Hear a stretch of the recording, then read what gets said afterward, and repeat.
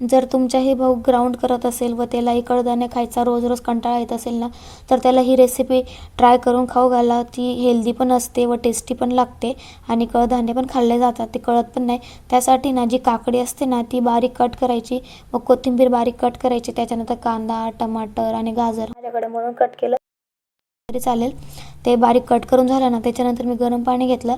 त्याच्यात जे मठ असतात ना ते टाकले, थोडे मठ. त्याच्यानंतर जे मूग असतात ना ते टाकले हिरवे कलरचे. त्याच्यानंतर आपले जे मसूर असतात ते टाकले. जे काळी उडद डाळ असते ती टाकली. काळी उडद डाळ खाल्ल्याने ना आपल्याला दम लागत नाही रनिंग करताना, म्हणून घ्यायची. त्याच्यानंतर जे हरभरे असतात ते टाकले आणि जे सोयाबीन असतात ना ते टाकले गरम पाण्यात. त्याच्यानंतर त्याला रात्रभर भिजत ठेवलं. त्याच्यानंतर सकाळी छान असं फुलून देतात ते. त्याला एका पाण्याने वॉश केलं.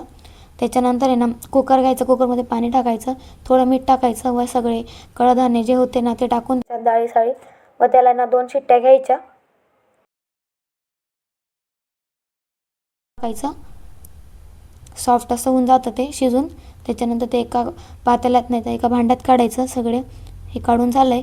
त्याच्यानंतर कढई घ्यायची, कढईमध्ये थोडं तेल जिरं टाकायचं.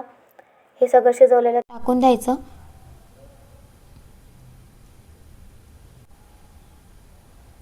त्याच्यानंतर त्याला परतवायचं 1-2 मिनटं. त्यात त्यांना थोडी चटणी टाकायची, काळं मीठ टाकायचं आणि जे आपलं रेग्युलर मीठ असतं ना टाटा मीठ ते टाकायचं. लगे परतवायचं. तुमच्याकडे जे पण असतील ते टाकायचे. ते सगळे टाकून झाले ना त्याला मिक्स करा.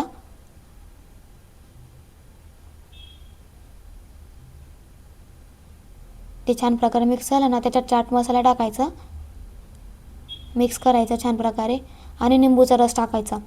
ही जी रेसिपी ना हेल्दी पण असते आणि खाल्ली पण जाते. आपल्याला कळत पण नाही की आपण असं काहीतरी प्रोटीनच्या वस्तू खातोय. आपण लहान मुलं तर मोठ्यांपर्यंत खूप टेस्टी लागते. ही सगळे आवडून खातील अशी रेसिपी आहे. तुमच्या भावांना अशी करून खाऊ घाला आणि लगे क्विक बनते आणि खूप हेल्दी असते. नक्की ट्राय करा व माझ्या चॅनलला सबस्क्राईब करायला विसरू नका.